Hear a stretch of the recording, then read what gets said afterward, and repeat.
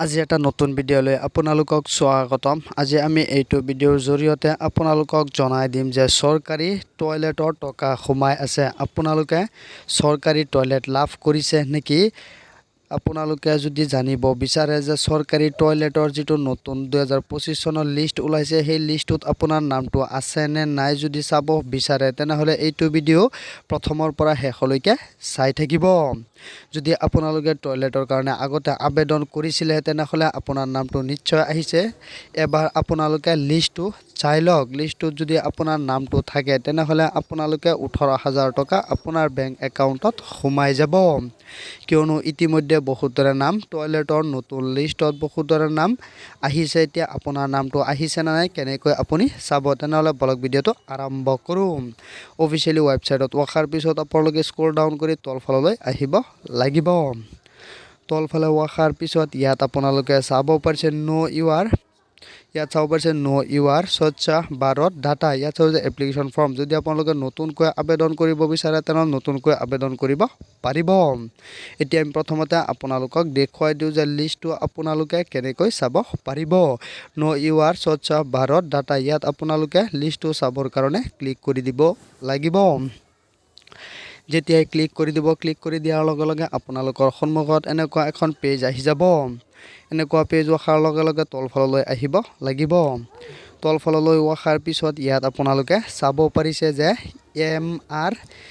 MR13A বুলি দিয়া আছে। ইয়াত আপোনালোকে ক্লিক কৰি দিব লাগিব। MR13A বুলি দিয়া আছে, ইয়াত আপোনালোকে ক্লিক কৰি দিব লাগিব। ইয়াত আপোনালোকে যেতিয়াই ক্লিক কৰি দিব, ক্লিক কৰি দিয়াৰ লগে লগে আপোনালোকৰ সন্মুখত নতুন এখন পেজ আহি যাব। নতুন পেজটো এনেকুৱা আহি যাব। ইয়াৰ পৰা আপোনালোকে ষ্টেটটো চিলেক্ট কৰি ল'ব লাগিব। ইয়াত আপোনালোকে আছামৰ ওপৰত ক্লিক কৰি দিব লাগিব। আছামৰ ওপৰত ক্লিক কৰি দিয়াৰ লগে লগে আপোনালোকৰ সন্মুখত আৰু এখন নতুন পেজ আহি যাব। নতুন পেজটো হৈছে যে ইয়াত আপোনালোকে ডিষ্ট্ৰিক্টৰ নামটো আহি গৈছে। ইয়াৰ পৰা আপোনাৰ নিজৰ ডিষ্ট্ৰিক্টৰ নামটো চিলেক্ট কৰি ল'ব লাগিব। আপোনাৰ ডিষ্ট্ৰিক্টৰ নামৰ ওপৰত আপোনালোকে ক্লিক কৰি দিব লাগিব। আপোনাৰ ডিষ্ট্ৰিক্টৰ নামৰ ওপৰত ক্লিক কৰি দিয়াৰ লগে লগে আৰু এখন নতুন পেজ অ'পেন হৈ যাব। তো আপোনালোকে কেনেকৈ চাব পাৰিব ডিষ্ট্ৰিক্টৰ ওপৰত যেতিয়াই ক্লিক কৰি দিব, ক্লিক কৰি দিয়াৰ লগে লগে আপোনাৰ সন্মুখত নতুন এখন পেজ আহি গৈছে। ইয়াত ব্লক নেম, ইয়াত আপোনালোকৰ ব্লকৰ নামটো ইয়াৰ পৰা বাছি আপোনাৰ ব্লকৰ নামৰ ওপৰত ক্লিক কৰি দিব লাগিব। যেতিয়া ব্লকৰ নামৰ ওপৰত ক্লিক কৰি দিব আৰু এখন নতুন পেজ আহি যাব। নতুন পেজ অহাৰ লগে লগে ইয়াত আপোনালোকে চাব পাৰিছে যে ইয়াত আপোনালোকে আপোনাৰ গাঁওখনৰ নামটো ইয়াত আপোনালোকে দি দিব লাগিব। আপোনালোকৰ যিটো গাঁও হয়, গাঁও পঞ্চায়তৰ নাম, আপোনাৰ পঞ্চায়তৰ নামটো ইয়াত আহি যাব। ইয়াৰ পৰা আপোনাৰ পঞ্চায়তৰ নামৰ ওপৰত আপোনালোকে ক্লিক কৰি দিব লাগিব। যেতিয়া আপোনাৰ পঞ্চায়তৰ নামৰ ওপৰত ক্লিক কৰি দিব, ক্লিক কৰি দিয়াৰ লগে লগে এনেকুৱাকৈ আপোনালোকৰ সন্মুখত এখন লিষ্ট আহি যাব। এই লিষ্টটোত আপোনালোকৰ নিজৰ নামটো বিচাৰি ল'ব। যদি এইটো লিষ্টত আপোনাৰ নামটো থাকে, তেনেহ'লে আপোনালোকে 18,000 টকা আপোনাৰ বেংক একাউণ্টত লাভ কৰিব।